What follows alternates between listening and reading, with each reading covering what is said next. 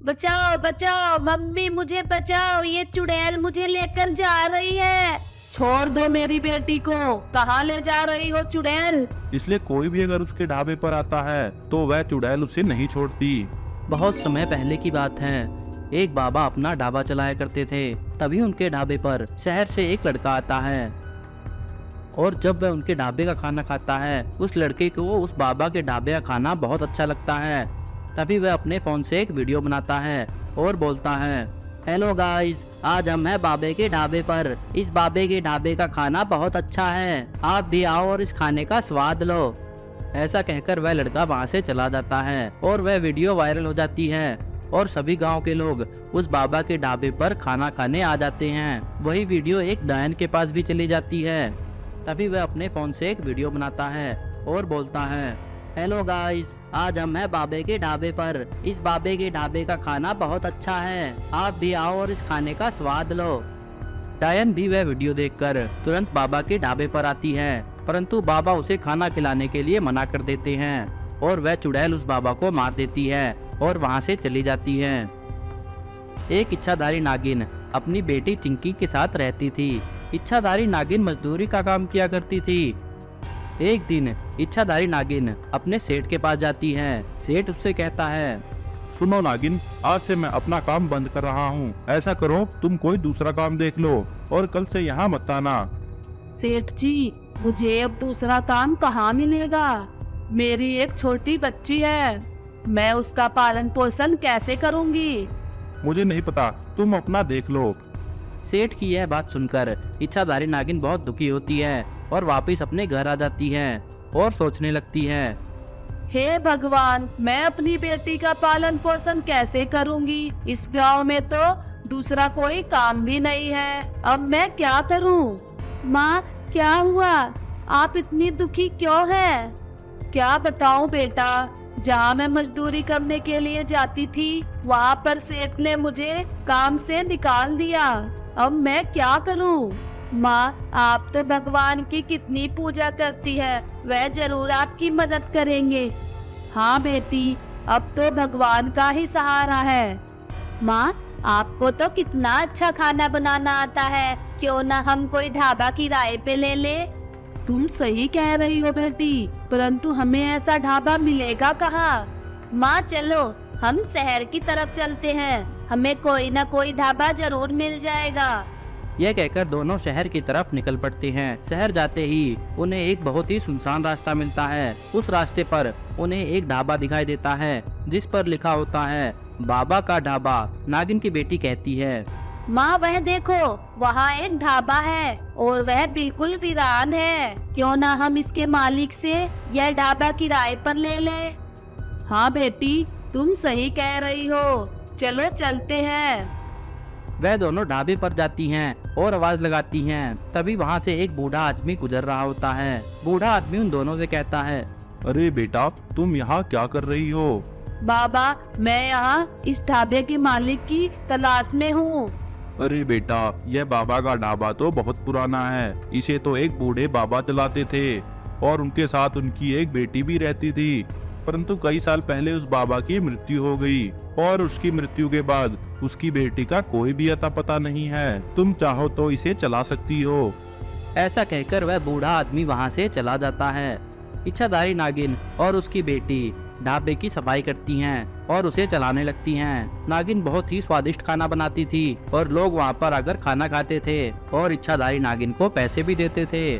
अरे वाह, यह खाना तो बहुत ही स्वादिष्ट है। ऐसा खाना तो मेरी बीवी भी नहीं बनाती। कितना अच्छा खाना बनाती हो तुम। आज से मैं रोज यही खाना खाने आया करूँगा। जल्दी ही रात हो जाती है। जब इच्छाधारी नागिन और उसकी बेटी सो रही होती हैं, तभी वहां एक चुड़ैल आ जाती है और नागिन की बेटी को उठाकर ले जाने लगती है। नागिन की बेटी जोर जोर से चिल्लाने लगती है, बचाओ बचाओ, मम्मी मुझे बचाओ, ये चुड़ैल मुझे लेकर जा रही है। तभी इच्छाधारी नागिन की आँख खुलती है और वह अपनी बेटी को बचाने के लिए दौड़ती है। छोड़ दो मेरी बेटी को, कहाँ ले जा रही हो चुड़ैल? ये मेरे बाबा का ढाबा है, मैं इस ढाबे पर किसी को नहीं रहने दूंगी। तभी चुड़ैल एक पिंजरा प्रकट करती है और नागिन को उसमें ही कैद कर देती है। तभी वहाँ एक साधु बाबा गुजर रहे होते हैं। वह नागिन को देखकर बोलते हैं, अरे बेटी, तुम क्यों रो रही हो? बाबा, मैं रात में अपनी बेटी के साथ बाबा का ढाबा चला रही थी, परंतु रात को एक चुड़ैल आई और मेरी बेटी को उठाकर ले गई। अब मैं क्या करूं? बेटी, वह चुड़ैल उस ढाबे के बाबा की बेटी है, जिसका वह ढाबा था। उस बाबा की मृत्यु के बाद उसकी बेटी को किसी ने खाने के लिए कुछ भी नहीं दिया और वह भूख प्यास से तड़प कर मर गई और एक चुड़ैल में बदल गई। परंतु उसे अपने बाबा का ढाबा से बहुत प्यार था, इसलिए कोई भी अगर उसके ढाबे पर आता है तो वह चुड़ैल उसे नहीं छोड़ती। परंतु बाबा, मेरी बेटी को बचाने का कोई तो उपाय होगा। हाँ बेटी, उस चुड़ैल की मुक्ति का समय अब आ चुका है। ऐसा कहकर साधु बाबा अपनी शक्तियों से एक जादुई डंडा प्रकट करते हैं और इच्छाधारी नागिन से कहते हैं, यह लो बेटी, यह जादुई डंडा है, यह तुम लेकर जाओ और उस चुड़ैल के सिर पर 2 बार मारो और उसकी आत्मा मुक्त हो जाएगी और तुम्हारी बेटी आजाद हो जाएगी। साधु बाबा की बात मानकर नागिन वह डंडा लेकर उसी ढाबे पर जाती है जहां उसकी बेटी को चुड़ैल ने कैद किया था। वहां जाकर इच्छाधारी नागिन चुड़ैल के सिर पर वह डंडा 2 बार मारती है। डंडा लगते ही चुड़ैल की आत्मा मुक्त हो जाती है और वह अपने असली रूप में आ जाती है। फिर वह इच्छाधारी नागिन का धन्यवाद करती है और कहती है, इच्छाधारी नागिन, मैं ये ढाबा तुम्हें देती हूँ, तुम इस ढाबे का ख्याल रखना। एक बार की बात है, कुछ लुटेरे अपने घोड़ों पर सवार होकर जलपरी के तालाब पर हमला कर देते हैं और जलपरी की नन्ही सी बच्ची को उसके हाथों से छीन लेते हैं।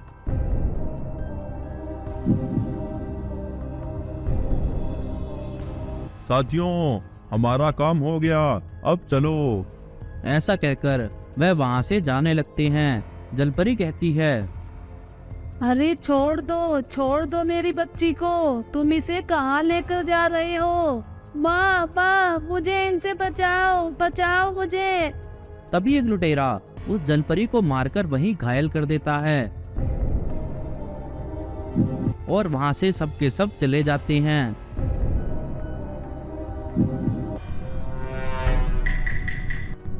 और वहां से निकलकर वो सब एक गांव में पहुंचते हैं। वहां से एक ट्रेन गुजर रही होती है। असल में उस ट्रेन को एक चुड़ैल चला रही होती है और ट्रेन के दरवाजों पर चुड़ैल के गुलाम लटके हुए होते हैं। जैसे ही एक लुटेरा पटरी पार करने की कोशिश करता है, ट्रेन उसके ऊपर चढ़ जाती है और वह वहीं घायल हो जाता है। लुटेरा कहता है, आँख की अंधी है क्या? देख के नहीं चला सकती? साथियों, मारो इनको। तभी चुड़ैल के राक्षसों और लुटेरों में लड़ाई हो जाती है। लुटेरे अपनी तलवार से सभी राक्षसों को वहीं घायल कर देते हैं।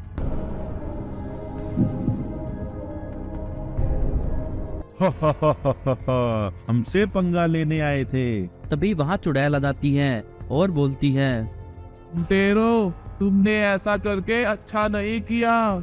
और तुम इस जलपरी की बेटी को लेकर कहाँ जा रहे हो? इसे मुझे दे दो। लुटेरा कहता है, चुड़ैल, चुपचाप यहाँ से चली जा, वरना तेरा भी वही हाल करेंगे जो इन राक्षसों का किया है।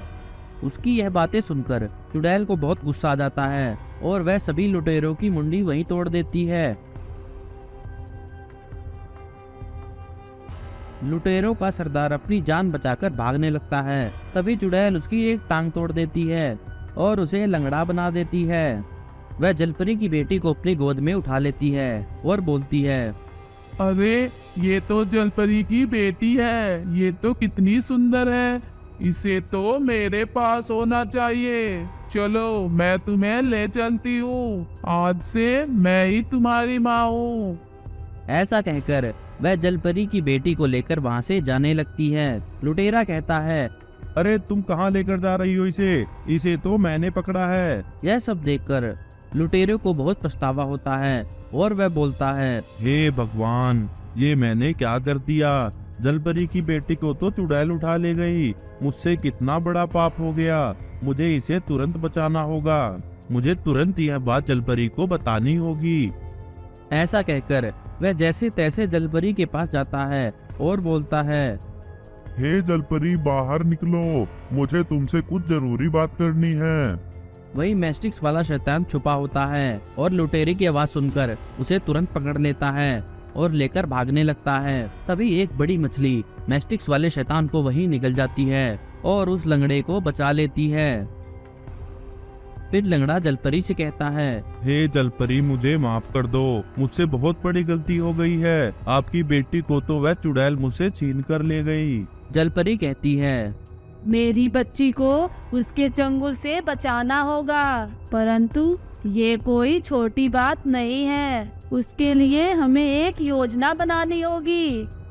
ऐसा कहकर जलपरी एक माचिस का घेरा बनाती है और वह उस लुटेरे को सब समझा देती है। लंगड़ा चुड़ैल के पास जाता है और वहां जाकर देखता है चुड़ैल जलपरी की बेटी को मशीन में डाल रही होती है। तभी लंगड़ा कहता है।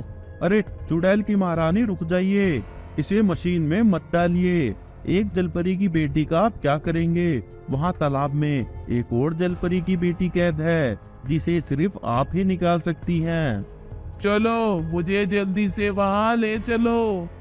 लंगड़े की बात मानकर चुड़ैल फटाफट तालाब के पास पहुंच जाती है और वहां जाकर देखती है कि यहाँ तो सच में एक माचिस के घेरे में जलपरी की बेटी कैद है। जैसे ही वह उस माचिस के घेरे में जाती है, वह देखती है कि वहाँ कोई जलपरी की बेटी नहीं है, वह तो बस एक छलावा है। तभी वहाँ जलपरी आती है और माचिस के घेरे में आग लगा देती है। चुड़ैल कहती है।